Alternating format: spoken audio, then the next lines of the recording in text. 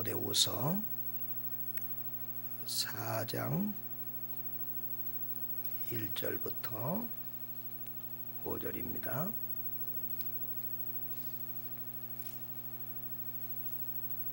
다 같이 합독하겠습니다. 하나님 앞과 살아있는 자와 죽은 자를 심판하실 그리스도 예수 앞에서 그가 나타나실 것과 그의 나라를 두고 엄히 명하노니 너는 말씀을 전파하라. 때를 어떤지 못했던지 항상 힘쓰라. 범사에 오래 참음과 가르침으로 경책하며 경계하며 권하라. 때가 이러리니 사람이 바른 교훈을 받지 아니하며 귀가 가려워서 자기의 사욕을 따를 스승을 많이 두고 또 그 귀를 진리에서 돌이켜 어탄한 이야기를 따르리라. 그러나 나는 모든 일에 신중하여 고난을 받으며 전도자의 일을 하며 내 직무를 다하라. 아멘. 옆에 사람들하고 한번 인사합시다. 반갑습니다. 만나서 행복합니다. 같이 은혜 받읍시다. 얼마 전에 한미준이라고요, 한국교회의 미래를 준비하는 모임이라는 그런 단체에서 세미나를 했습니다. 그래서 한국교회의 미래를 예견하고 또 거기에 대해서 어떤 대책들을 세워야 할 것인가 하는 그런 세미나였는데요. 그 세미나에 일산에 있는 큰 교회 목사님이 나와서 지금 현재 교회가 당면하고 있는 10가지 위기에 대해서 말씀을 했습니다. 첫째로는 이 우리가 살고 있는 이 시대를 포스트 모던 시대라고 그러는데 기독교 복음의 위기를 맞이했다는 겁니다. 이 포스트 모던 시대는 절대 가치, 절대 진리를 인정하지 않습니다. 절대 진리는 없다. 좋은 것이 좋은 것이다. 다른 것이 다 서로 용납되고 또 고상한 가치가 됩니다. 그래서 절대적인 종교, 절대 진리는 없다 이거예요. 그래서 종교다원주의가 나와서 어떤 종교든지 잘 믿으면 다 구원받는다, 이런 식의 종교다원주의가 나오게 되고요. 또 그래서 절대 진리를 외치는 기독교의 복음이 잘 먹히지 않는 이런 시대가 됐다는 것입니다. 둘째, 한국 교회가 맞이하고 있는 위기 상황은 저출산 고령화 시대입니다. 지금 우리 한국이 세계적으로 출산율이 제일 낮고 이 고령화 속도가 가장 빨리 진행이 되고 있습니다. 세계적인 인구학자들에 의하면 이대로 가면 세계에서 가장 먼저 사라질 나라가 바로 한국이다, 그렇게 말하고 있습니다. 또 세 번째 문제는 이 세대 간의 갈등입니다. 세대 간의 소통이 가장 큰 문제가 된다는 겁니다.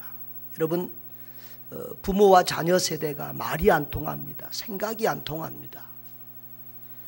이런 우리는 참 어려운 시대에 살고 있습니다. 또 네 번째로는 마이너스 교회 성장 시대를 맞이하고 있다는 겁니다. 작년에 대부분의 교회들이 마이너스 성장, 다시 말하면 줄어들었다는 겁니다. 마이너스 예산, 재정도 줄어들었다는 겁니다. 이와 같은 현상은 앞으로 갈수록 더 심각해질 것이다 라고 내다보고 있습니다. 다섯 번째로는 주 5일 근무와 5일 수업 시대가 되면서 이제 주일 성수하는 사람들이 더 줄어들 거라는 것입니다. 주말 여행 상품들이 개발이 되고 있고요. 믿음 없는 성도들은, 믿음 약한 성도들은 놀고 즐기기 좋은 그런 시대가 돼서 교회 출석률은 그나마 더 줄어들 것이다, 이렇게 보고 있습니다. 여섯 번째로는 이 미디어 이렇게 시대가 되면서 이 교회의 가르침은 그동안 일방적이죠. 목사가 일방적으로 설교하고 성도들은 듣는 이런 시대템이었는데 이제는 쌍방소통의 시대가 됐다는 겁니다. 그래서 일방적인 이 선포하는 이런 방법으로는 이 시대를 잡을 수 없다 하는 그런 예견을 하고 있습니다. 일곱 번째로는 목회자의 수요와 공급의 불균형 시대다. 지금 많은 목사들이 목사 안수를 받았는데도 일자리가 없어서 놀고 또 다른 직업을 가지고 다른 일을 하고 있는 이런 사람들이 많다는 겁니다. 8번째는 교회 양극화가 더 심화될 것이다 라고 보는 겁니다. 대형 교회는 더 커지게 될 것이고 개척교회와 작은 교회들은 점점 더 유지가 어렵게 될 것이라는 겁니다. 재벌이 골목 상권까지 다 장악하는 것처럼 대형 교회들이 큰 버스들을 돌리면서 자기 교회로 교인들을 흡입하기 때문에 지역의 작은 교회들이 죽어가고 있다는 것입니다. 9번째로 한국 교회의 위기는 교회의 사회적 신뢰성이 상실됐다고 하는 겁니다. 지금 우리가 사는 이 시대가 다른 어느 때보다도 교회가 비방과 조롱을 당하고 무시를 당하고 있습니다. 목회자들의 어떤 신뢰도가 땅에 떨어지고 교회가 비웃음과 조롱거리가 되고 있는 이런 현실입니다. 10번째로 침체 및 불만 교인이 급증하고 있습니다. 교회 침체 속도가 빨라지고 있고, 그리고 과거에는 목회자의 지원자요 응원자였던 사람들이 급속히 불만 세력으로 되어가고 있다는 겁니다. 그래서 건강한 교회도 교인의 66% 정도는 불만 세력이고, 그렇지 못한 교회는 불만 세력이 42%까지 나온다는 겁니다. 그리고 그 불만 세력 가운데 30% 정도는 실제로 교회를 떠나고 있다는 것입니다. 여러분, 이런 10가지 위기 상황을 진단했는데, 여러분, 그러나 이런 위기 상황을 우리가 인식하고 또 분석해서 그에 대한 전략을 세우고 준비를 한다면 그래도 우리에게는 아직 소망이 있는 줄로 믿습니다. 밤하늘이 어두울수록 별이 빛난 것처럼 어두울 때일수록 살아있는 교회, 바른 교회, 참된 교회는 더욱더 빛을 발할 것입니다. 어두울 때일수록 바른 성도, 예수님을 따라가는, 진리를 따르는 참된 성도들은 더욱더 빛을 발하게 될 것입니다. 오늘 디모데후서는 사도 바울이 제자요 영적인 아들인 디모데에게 보내는 마지막 서신입니다. 사도 바울은 성경을 가장 여러 권 쓴 사람이죠. 13권에서 14권을 사도 바울이 기록을 했습니다. 그런데 이 사도 바울에 의해서 기록된 성경 중에서 마지막 책이 바로 디모데후서입니다. 그 중에서도 우리는 4장을 읽었으니 이제 사도 바울의 마지막 그 유언과도 같은 그런 내용을 우리는 읽은 것입니다. 그래서 사도 바울이 여기 4장 1절에 보면은 하나님과 예수 그리스도의 이름과 그 예수님의 재림과 그 하나님의 나라를 두고 엄히 명하노니 그랬습니다. 참 자기의 유언과도 같은 엄숙한 명령, 가장 중요하고 큰 명령을 이제 아들 디모데에게 하고 있는 것입니다. 이 바울은 하나님의 영을 받은, 성령을 받은 바울은 이 종말을 어떻게 내다보고 있습니까? 여러분, 성경은 종말을 어떻게 얘기합니까? 마태복음 24장 25장 이렇게 보면 예수님의 종말 예언들을 보면 이 말세가 되면 지진과 기근과 전쟁과 난리의 소문들이 끊임없이 일어난다고 했습니다. 그러니까 성경은 갈수록 더 좋아진다가 아니고 말세가 되면 더 악해진다는 것입니다. 그리고 이단과 내가 예수다고 하는 적그리스도들이 많이 나타난다고 하는 것이죠.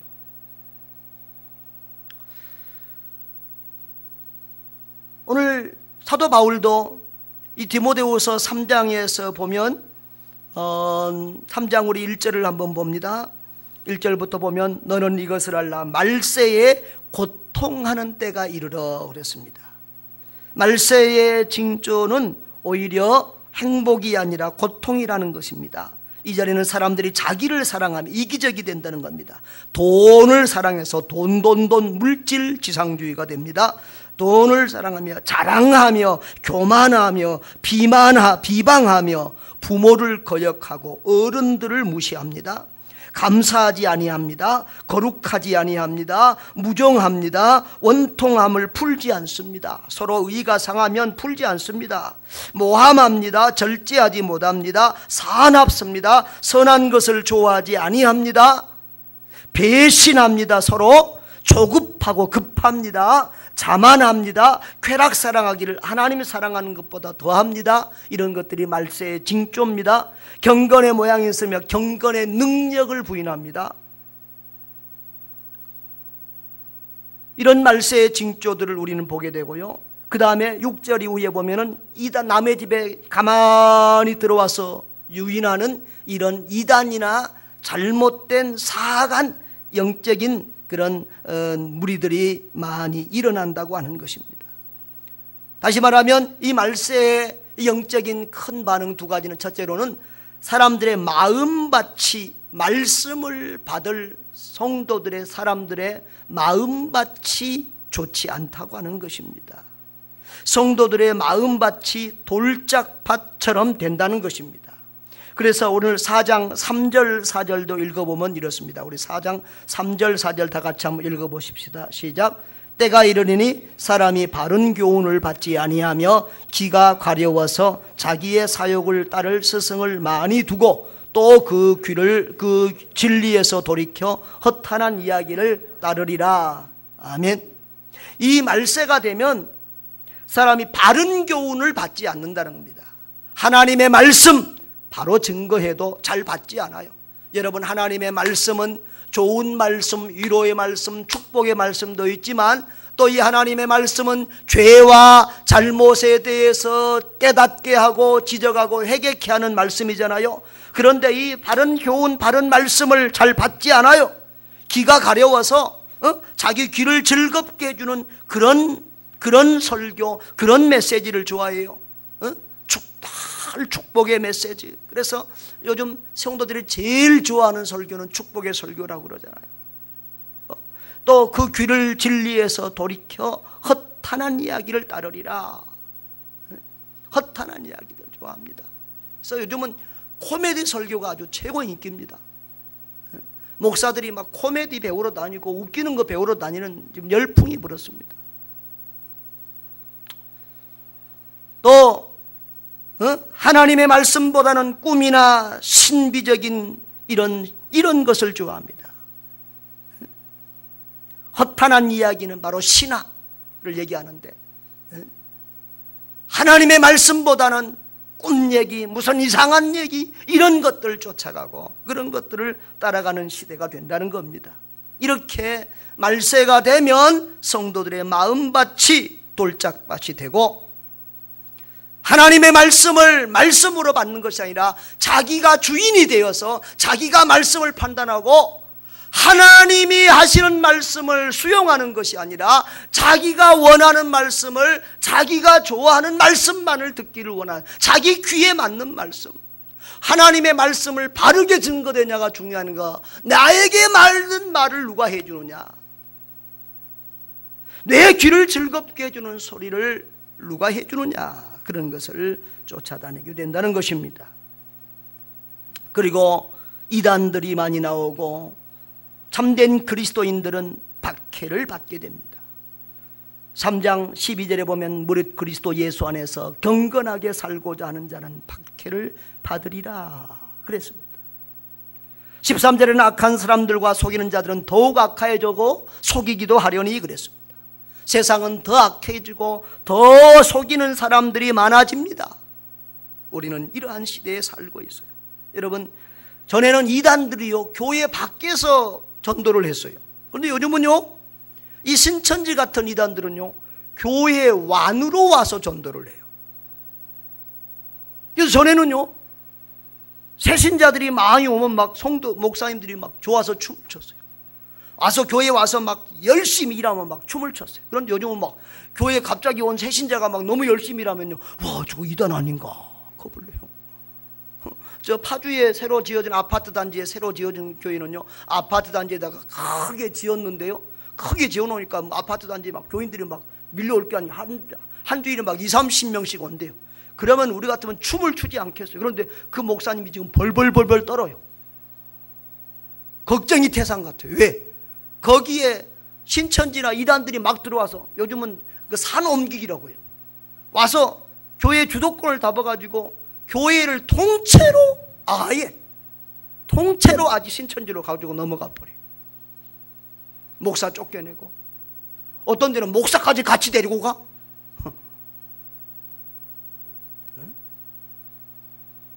얼마 전에 참 무서운 얘기를 들었어요. 그런 사람들이 와서요, 목사님에게 음료수 따서 준답니다. 마시면은 정신이 목록에서 간다는 거예요. 그러면 거기서 옷 벗고 옆에서 사진 찍은대요. 이게 신천지 요즘에 그런 정도입니다. 뭐 꼼짝없이 끌려가는 그런 상황이 되는 거예요.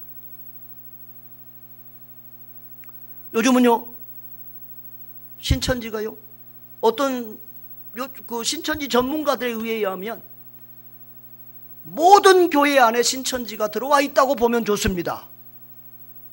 그럴 정도예요. 아, 우리 교회는 없습니다. 아, 목사님 교회도 있을 겁니다. 이렇게 본다는 거예요. 어떤 성도들은 들어와서 아무 신천지에 관계된 활동을 하나도 안 합니다. 딱 한 가지만 합니다. 정보만 알려줍니다. 그 교회 성도들의 정보만, 이름, 전화번호 이런 것만 알려줍니다. 그러면 어느 날 따라랑 전화가 옵니다. 안녕하세요. 혹시 교회 다니세요? 아, 예. 그런데 어떻게 제 전화번호 하셨어요?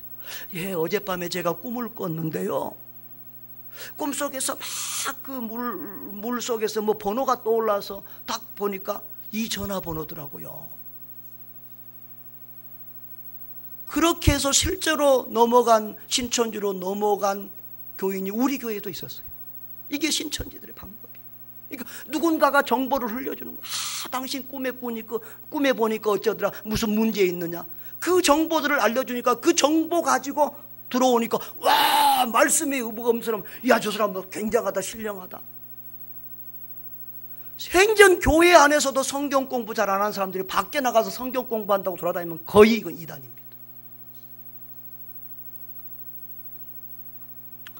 이렇게 무서운 시대가 되었습니다. 그래서 지금 뭐 신천지로 넘어가는 교회와 성도들이 뭐 엄청나고, 어떤 교회는, 큰 교회는 뭐 10,000명이 나갔다는 말도 있고요. 요즘 얼마나 시끄러운지 모릅니다. 정말 우리가 악한 시대에 살고 있습니다. 정신을 똑바로 차려야 됩니다. 정신을 똑바로 차려야 됩니다. 그래서 요즘에 제가 신천지에 대한 이런 자료들을 다 읽어보고 나니까 정상적으로 교회에서 말씀 교육을 받은 사람들은 넘어가지 않아요. 그런데 정상적으로 신앙 교육을 받지 않은 사람들은 혹하고 넘어가요. 그런데 여러분, 우습게 보면 안 돼요. 얼마나 많은 성도들이 거기에 혹하고 넘어가는지 몰라요. 그런데 이 뭐 무료 성경 공부나 이런 데 가서 배우는데 그 비유풀이라는 게 있어요. 이 비유풀이는요, 그러니까 성경을 해석하는데도 원리 원칙이 있어요. 성경을 해석을 하는 바른 법이 있어요. 그런데 이 비유풀이는 가서 들으면 막 생전 우리 교회에서는 들어보지도 못한 아주 신령하고 신비한 해석들을 막 해주는 거예요. 그러니까 막 와, 거의 막 빠져 들어가는 거예요. 야, 우리 목사님은 무식하고 참 실력 없네, 이런 것도 안 가르쳐줘. 그러면서 그리 끌려간다고요. 이단들이 아주 많이 쓰는 그 전문 술책이 있는데, 요한계시록에 보면 14만 4천 명이 구원을 받는다고 그렇게 되어 있습니다. 그런데 그 14만 4천 명은 우리 요한계시록 한번 펴보세요. 요한계시록 7장을 봅니다.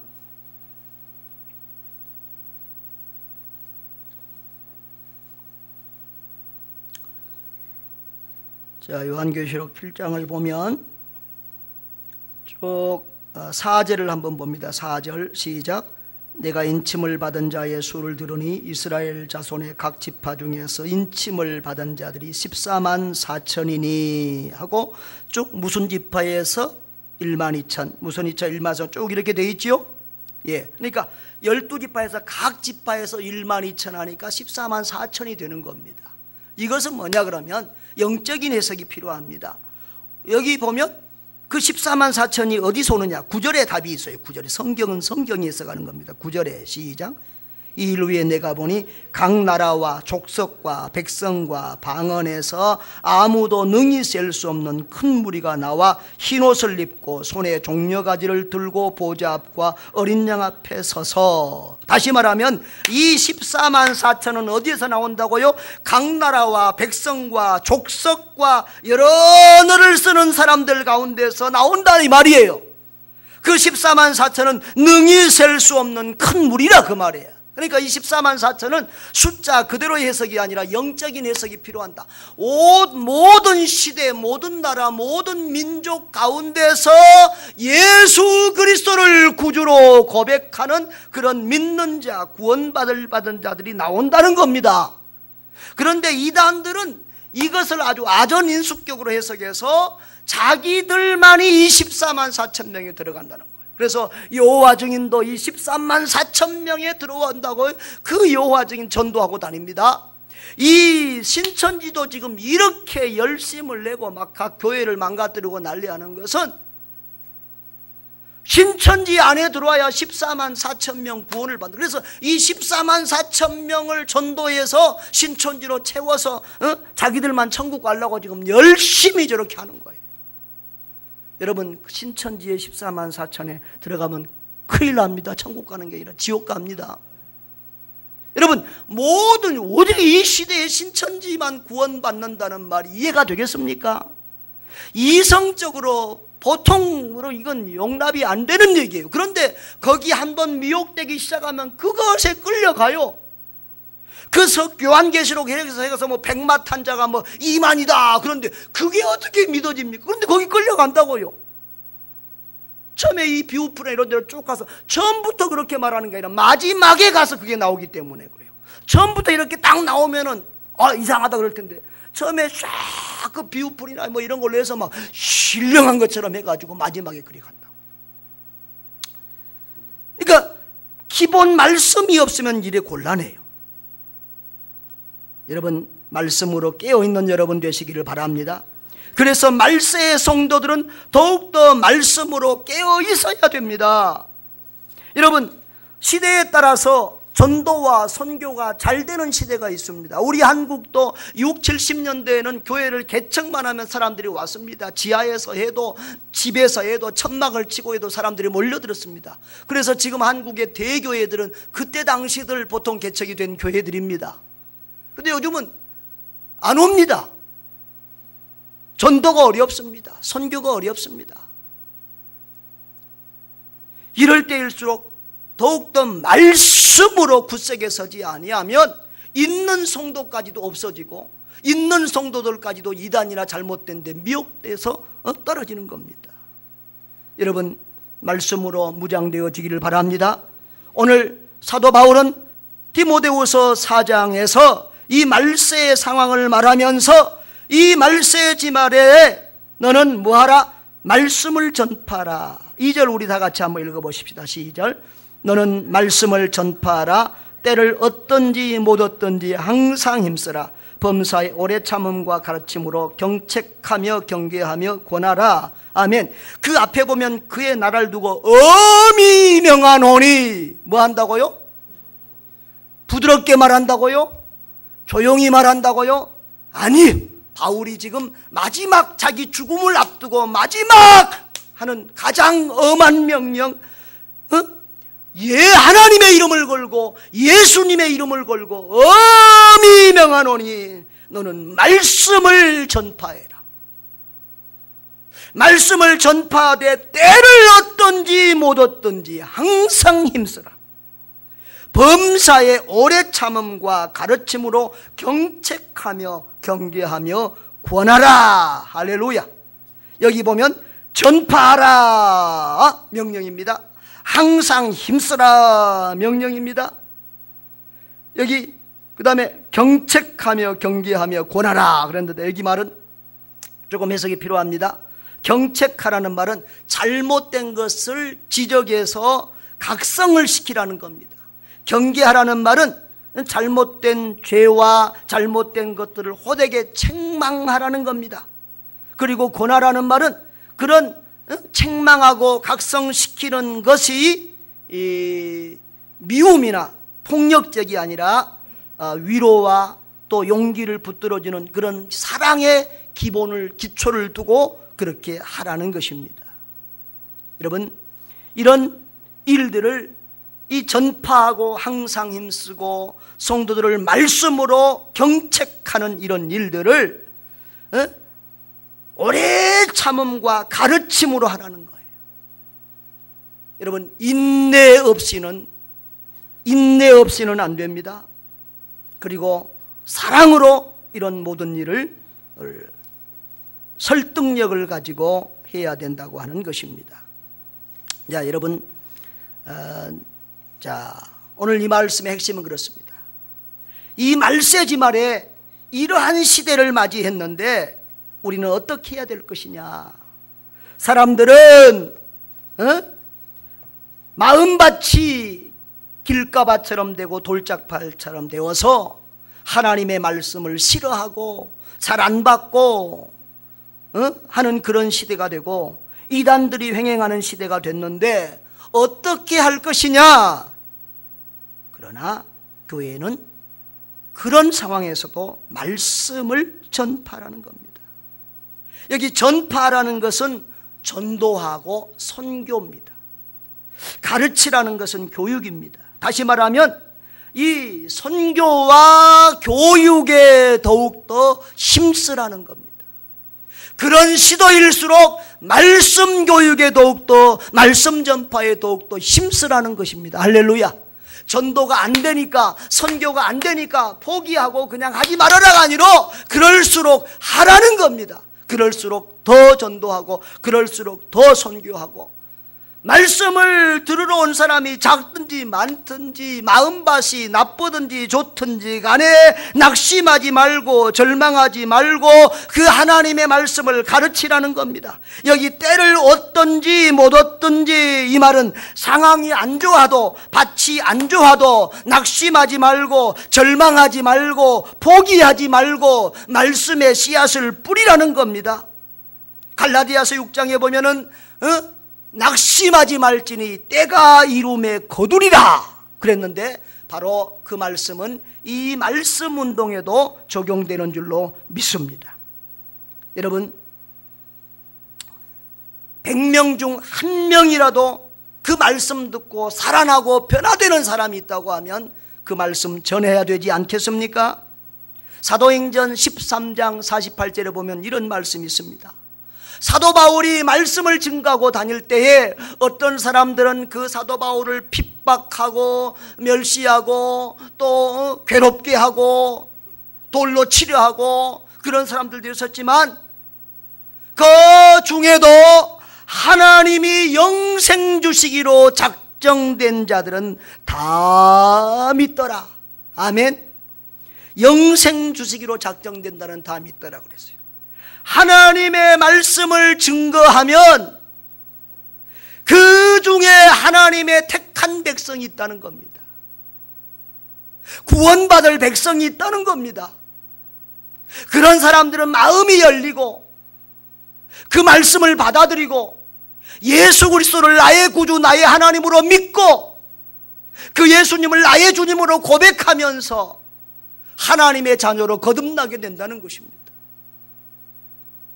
예수 그리스도를 따르는 그리스도의 제자의 삶을 사는 성도들이 나온다는 것입니다.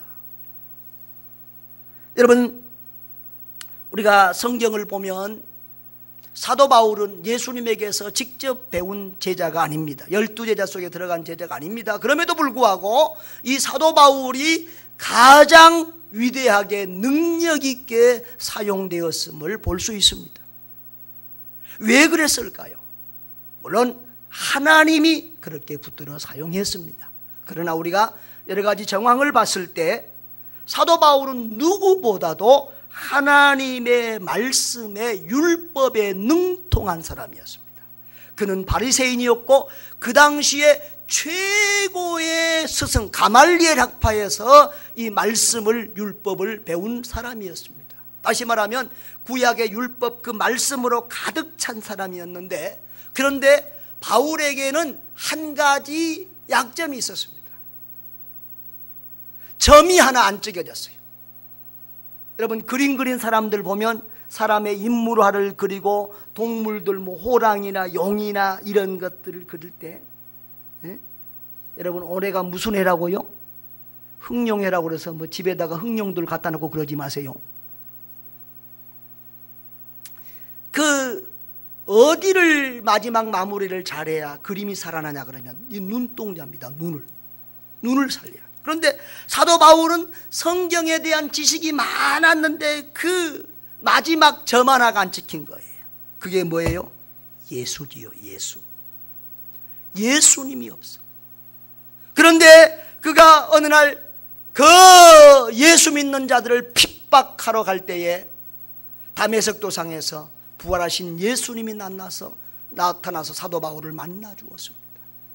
그때 그 바울이 자기가 핍박하는 예수가 가짜가 아니라 진짜라는 것을 알게 됩니다. 그리고 그 예수님을 만나게 되므로 그의 영적으로 부족했던 부분들이 채워지는 겁니다. 영의 눈이 열리게 됩니다. 그래서 말씀이 창세기부터 요한계시록까지 쫙 깨어지는 거예요. 구약의 말씀들, 그 얼기설기 가지고 있던 지식의 말씀이 예수 그리스도로 말미암아 쫙 꿰지는 거예요. 여러분, 구슬이 3마리라도 뭐야 보배라고요? 깨어야 보배라고 그랬는데, 바울에게는 구슬 3마리 있었어요. 그런데 깨워주는 게 없었어요. 그 깨워주는 게 뭐예요? 예수님이에요. 창세기부터 쭉 말라기까지 구약의 얘기는 예수님 얘기예요. 무슨 얘기요? 하나님께서 인간을 창조했는데 그 인간들이 죄를 지었어요. 죄를 범해서 타락하고 멸망의 지옥에 가게 되니까 하나님께서 메시아, 독생자 예수 그리스도를 보내셔서 사람들을 죄에서 구원하겠다는 겁니다. 그 예수를 구원자, 자기 백성을 자기 죄에서 구원할 메시아 구원자 예수님을 보내주겠다고 하는 이야기가 구약의 얘기입니다. 구약의 모든 사건이나 예언이나 그런 것들은 바로 예수 그리스도가 오신다, 우리를 죄에서 구원하기 위하여 메시아 그리스도가 오신다고 하는 것이 구약의 핵심입니다. 신약은 뭡니까? 그 예수가 오셨다. 그리고 그 예수가 우리 죄를 대속하여 십자가에 피 흘려 죽으셨다. 그리고 죽은 지 3일 만에 부활하셨다. 그리고 지금도 하나님 보좌 우편에서 우리를 위하여 간구하신다. 그분이 이제 마지막 날이 되면 하나님 나라의 구원 운동을 완성하기 위하여, 이 죄인 구원, 택자 구원을 완성하기 위해서 이 땅에 다시 재림하신다, 다시 오신다. 이것이 신약의 핵심 내용입니다. 그러니까 구약부터 신약까지 쭉 이어지는 핵심 내용은 예수 그리스도입니다. 그런데 이 바울에게는 이 예수가 없으니까 그게 잘 안 깨어지던 것이 쫙 깨어지는 거예요.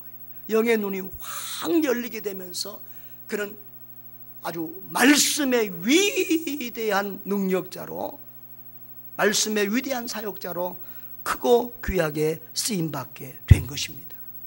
그래서 그는 예수님 다음으로 이 세상에 큰 영향력을 끼친 그런 인물로 쓰임받게 됩니다. 여러분, 우리 자녀들을 가르칠 때 우리 아이들이 그 말씀의 의미 잘 모릅니다.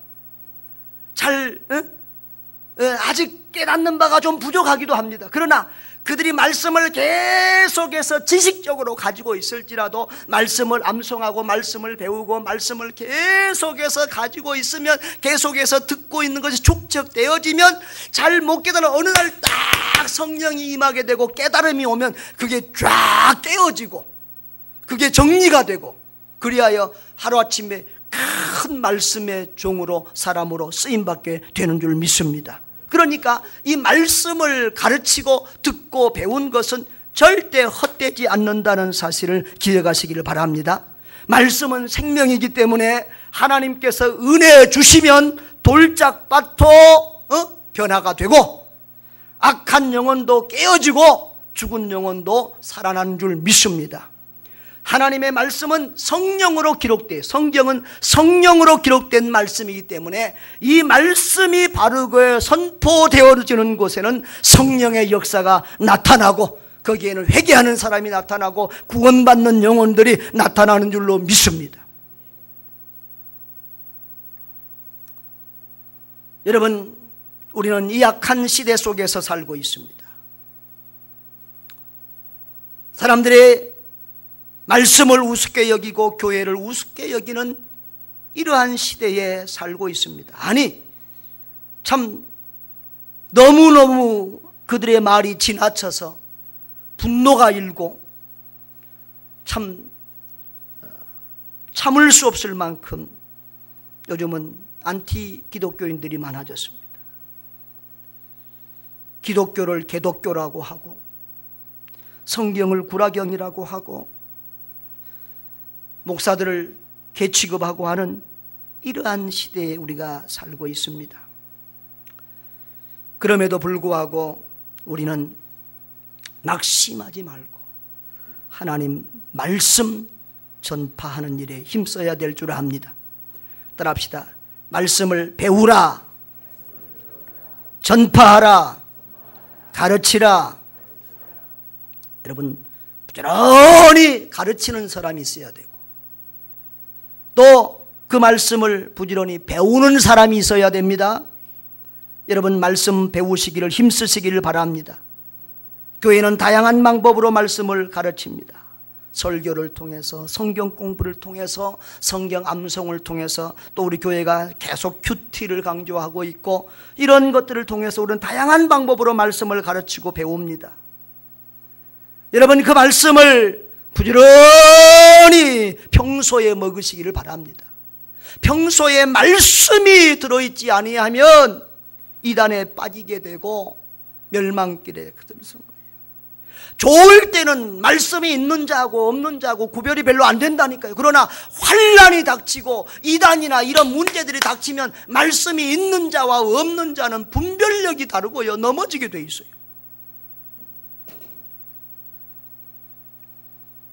교회의 기초는 말씀과 기도입니다.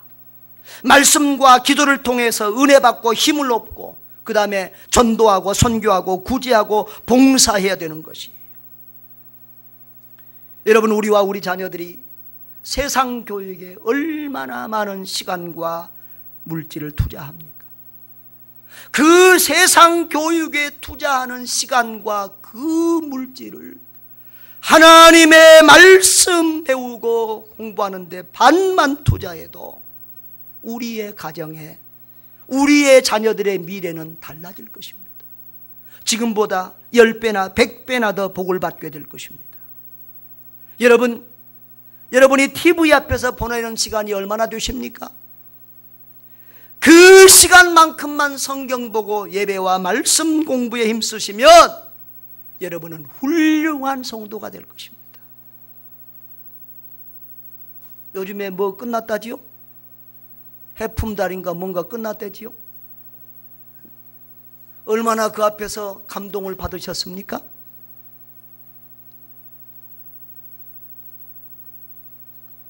여러분, 그 TV 앞에서 보내는 시간과 헛된 일에 시간을 보내는 그 시간들을 우리가 주님 앞에 투자하면 정말 우리의 삶은 더 아름다워지고 더 멋있어지고 더 복되게 될 것입니다.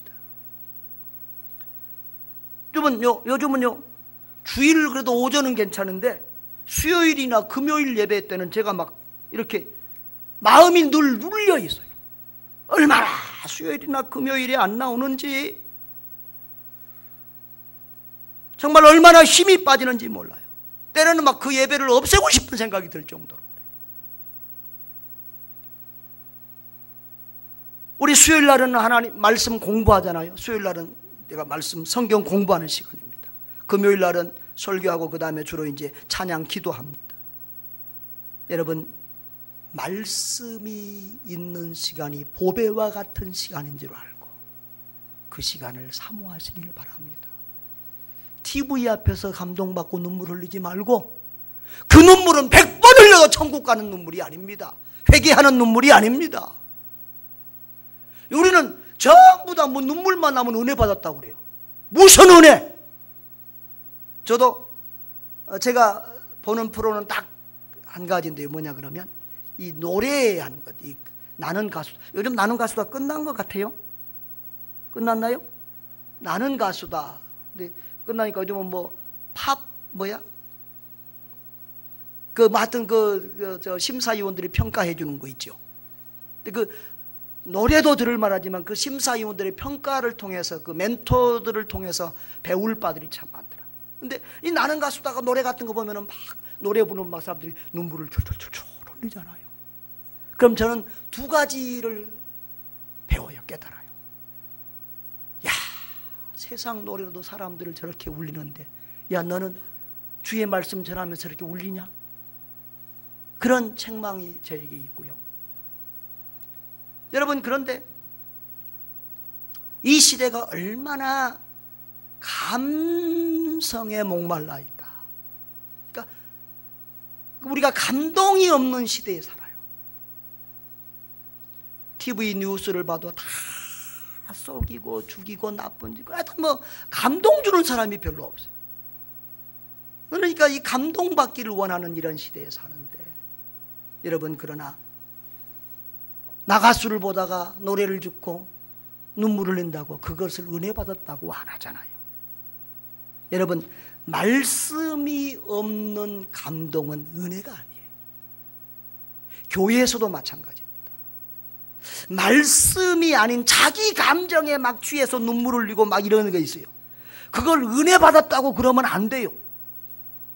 막 부흥회 참석해서 막 코미디 같은 막 놀고 웃기고 그러니까 막 실컷 막 웃고, 야, 오늘 은혜 많이 받았다. 그게 은혜가 아니에요. 여러분, 말씀을 통해서 받는 은혜가 정상적인 은혜인 줄로 믿습니다. 자기 감정에 취해가지고 그것을 은혜 받았다고 착각하지 마세요. 여러분, 우리 시대가 너무 이렇게 감성주의 신앙으로 치닫고 있어요. 이런 감성주의 신앙은 좋을 때는 좋아요. 편할 때는 좋아요. 그런데 환란이 오면, 말세가 되면 이런 감성주의 신앙은 다 무너지는 거예요. 여러분, 이스라엘 백성들이 성전 중심의 신앙생활을 했습니다. 이 성전 중심의 신앙과 이 우상 숭배는요, 감성주의 신앙입니다. 그 예루살렘 성전 얼마나 의리의리하게 화려하게 잘 지었는지 신약 성경에도 보면 예수님 제자들이 막 감탄을 하잖아요. 예수님이 뭐라고 그래요? 돌 위에 돌 하나도 남지 않고 다 무너지리라. 예수님은 성전을 가장 귀하게 여기지 않았어요. 그런데 이스라엘 백성들은 성전 중심의 신앙생활을 해요. 여러분, 큰 성전에 들어가면 분위기가 벌써 어때요? 왜 예배당들을 높이, 가톨릭 이런 성당이나 이런 데 가보면, 저도 유럽에 같은 데 가서 큰 두오모 성당 같은 데 가면 그 안에 들어가면 벌써 압도를 당하고 뭐가 있을 것 같아. 경건미가 있고 뭐가 있을 것 같은 그런 감동이 온다고. 절 같은 데도 가면 막 무서운 막 사천왕이 있고 막 그러잖아요. 뭔가 그 두려움과 경외심 이런 것들을 준다고. 이런 그런 감성에 붙잡혀서 신앙생활하는 사람들은 불같이 일어난 것 같지만 또 어려우면 팍 꼭 천국 지옥을 왔다 갔다 해요. 그리고 결정적인 때 환난 날이 오면, 시험이 오면 다 넘어지는 거예요. 이스라엘 백성들이 말씀이 없이 그런 신앙생활하다가 우상 숭배하고 되고, 그리고 하나님 앞에 배를 맞아서 성전이 다 파괴되고 불에 타고 그 사람들이 바벨론 포로로 끌려갔잖아요. 포로로 차 외국 땅에 가니까 성전이 있어요, 없어요? 없어요. 그러니까 거기서 조그만 모임을 가지게 되고 거기서 말씀을 필사하는 이 서기관들이 생기게 되는 거예요. 그래서 말씀을 밖에 써가지고 그것을 각 지역 모임으로 보냅니다. 그 모임이 바로 시나고그 회당이라고 하는 거예요. 그러니까 오늘 우리 신학교회 같은 이런 교회는 구약의 성전 중심의 교회가 아니고 그 디아스포라 흩어져서 그들이 포로로 잡혀가서 외국에 가서 소그룹 모임으로 모였던 시나고그 회당 중심의 교회예요. 그래서 그 회당에서 그들은 말씀 공부를 한 겁니다. 그래서 그들은 말씀을 붙잡고 다시 일어났고 다시 회복했고, 그리고 그 말씀을 전수해서 지금은 세계에서 가장 뛰어나다고 하는, 가장 똑똑한 민족이라고 하는 칭송을 받고 있는 것입니다. 여러분, 하나님의 말씀을 보배롭게 여기시길 바랍니다. 하나님의 말씀을 돈보다 더 귀하게 여기시기를 바랍니다. 오늘 이 시간에 여기 온 사람들 10만 원씩 준다 했으면 여러분은 아마 물러가지고 여기 들어오지도 못했을 거예요. 팍 터지게 들어올 겁니다. 네. 여러분, 말씀의 가치를 세상 돈이나 물질하고 비교할 수 있겠습니까? 세상 사람들은 말씀의 가치를 몰라도 우리들은 말씀의 가치를 알아야 됩니다. 학교나 학원이나 세상 지식 공부보다도 말씀 교육에 생명을 거시기를 바랍니다. 말씀으로 신앙 교육을 가정에서 잘 시키시기를 바랍니다. 우리 교회에서 말씀 교육 더욱더 시켜야 됩니다. 특별히 토요일 날, 앞으로 이제 2가지를 제가 기도하고 있습니다. 수요일 오전에 일주일에 한 번 어머니 기도회를 하려고 합니다. 그리고 토요일 날은 말씀 교육, 어떤 신앙과 우리 아이들의 학업 교육 쪽에 이렇게 도움을 주기 위해서 지금 준비하고 있습니다. 아무튼 여러분, 가정에서고 교회에서고 우리 아이들을 말씀으로 단단하게 무장시켜야 이 말세 타락한 시대를 이겨갈 수 있습니다. 여러분들도 말씀으로 든든히 서야만 바른 신앙생활하고 하나님 앞에 가서 받을 상이 있을 것입니다. 하나님은 말씀을 통해서 우리를 구원합니다. 여기 보면 오늘 디모데후서 3장에 보면 뭐라고 했습니까? 여러분, 세상 사람들은 악하기도 하고 속이기도 하지만 너는 배우고 확신한 일에 거하라. 성경 말씀을 배우고 확신한 일에 거하라 그랬습니다. 이 말씀은 15절에 보면은 믿음으로 말미암아 구원에 이르는 지혜가 있게 하니라 그랬습니다. 여러분, 우리가 말씀을 통해서 구원받습니다. 말씀 없이는 우리가 구원받을 수가 없습니다. 베드로후서 3장에도 보면 너희가 거듭난 것은 썩어질 것으로 된 것이 아니라 살아있고 항상 있는 하나님의 말씀으로 되었느니라라고 했습니다. 말씀을 통해서 하나님은 우리를 구원해 주십니다. 말씀을 통해서 우리에게 지혜를 주십니다. 말씀을 통해서 우리를 예수님 닮은 아름다운 사람들로 만들어 주십니다. 그리고 말씀을 통해서 우리가 인생을 바로 살게 해주십니다. 16절에 보면 3장 16절에 모든 성경은 하나님의 감동으로 된 것으로 교훈과 책망과 바르게 함과 의로 교육하기에 유익하니. 그러니까 말씀은 최고의 교육 재료라는 겁니다. 그래서 그 말씀으로 잘 교육받은 사람은 17절에 하나님의 사람으로 온전하게 된다. 온전한 사람 되고, 그리고 모든 선한 일을 행할 능력을 갖추게 된다는 겁니다. 여러분, 말씀 교육을 잘 받은 사람은 온전한 하나님의 사람이 됩니다. 선을 행할 수 있는 능력을 배양받는 사람이 됩니다. 할렐루야. 아무나 선을 행하는 게 아니에요. 그런데 이 말씀 있는 사람은 선을 행할 능력을 가지게 돼요. 사랑하는 성도 여러분, 이 말씀으로 훈련받고 말씀 위에 굳게 서서 주님 닮아가는 작은 예수로 사시기를 바랍니다. 이 세상을 어둡게 하는 얼마나 많은 사람들이 있습니까? 여러분은 세상에 빛이 되기를 바랍니다. 어두운 세상에 빛이 되기를 바랍니다. 썩어져가는 세상에 소금이 되시기를 바랍니다. 하나님은 말씀을 통해서 우리를 만나주시고 말씀을 통해서 우리를 구원하시고 말씀을 통하여 우리를 축복하십니다. 말씀 떠난 신앙운동은 사이비 운동이고 우리 영혼을 해치는 것입니다. 하나님은 말씀을 사랑하는 자에게 구원의 복, 영생의 복, 형통의 복을 약속하셨습니다. 말씀을 사모하고 말씀 운동에 헌신하여 말씀 안에서 약속하신 모든 복을 받아 누리는 여러분 되시기를 주의 이름으로 축원합니다.